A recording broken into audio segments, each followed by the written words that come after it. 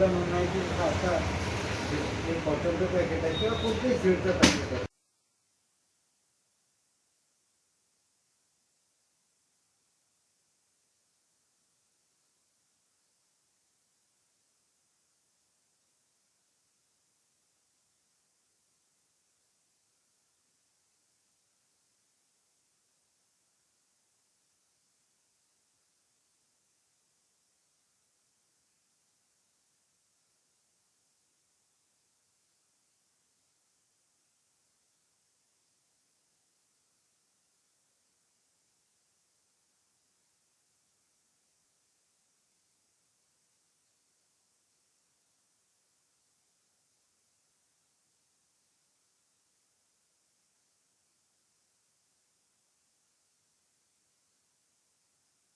खरीप हंगाम 2025-26 साठी आपण जवळपास 4,31,000 हेक्टरवर आपण नियोजन करण्यात आलेलं आहे.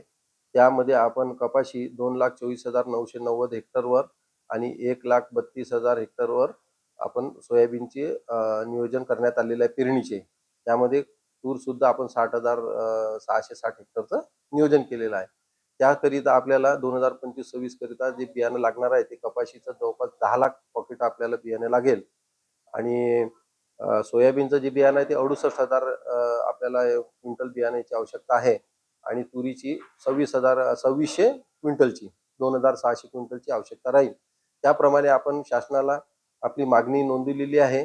तसेच आपण यावर्षी आपल्या शेतकऱ्याला वेळेवर बियाणे उपलब्ध होण्याच्या दृष्टीने आपण कंपनीच्या सभा घेऊन त्यांच्याकडे पाठपुरावा करून आपण 1 मे पासून आपल्या जिल्ह्यामध्ये बियाण्याची सुरुवात होईल आणि 1 जून पर्यंत हंगामाच्या पूर्वी आपल्या मागणीप्रमाणे पूर्ण बियाणं उपलब्ध होईल याची आपण त्याप्रमाणे नियोजन केलेले आहे आणि उपलब्ध करून घेऊ आपण. तयारी म्हणजे आपण आता जे नियोजन सादर केलं त्यानुसार आपण कंपनी वाईज आपण त्यांच्या सभा लावून त्यांचे काय नियोजन आहे आपल्या जिल्ह्यामध्ये जे आवश्यक बियाणं आहे ते आवश्यक बियाणं आपल्या जिल्ह्यामध्ये 1 जून पर्यंत कसं उपलब्ध होईल पूर्ण मागणी प्रमाणे त्याचा आपण आढावा घेऊन वेळोवेळी सभा घेऊन आपण ते पुरवठा उपलब्ध करून घेऊ आणि शेतकऱ्यांना वेळेवर बियाणं उपलब्ध होईल याची पूर्ण काळजी घेऊ.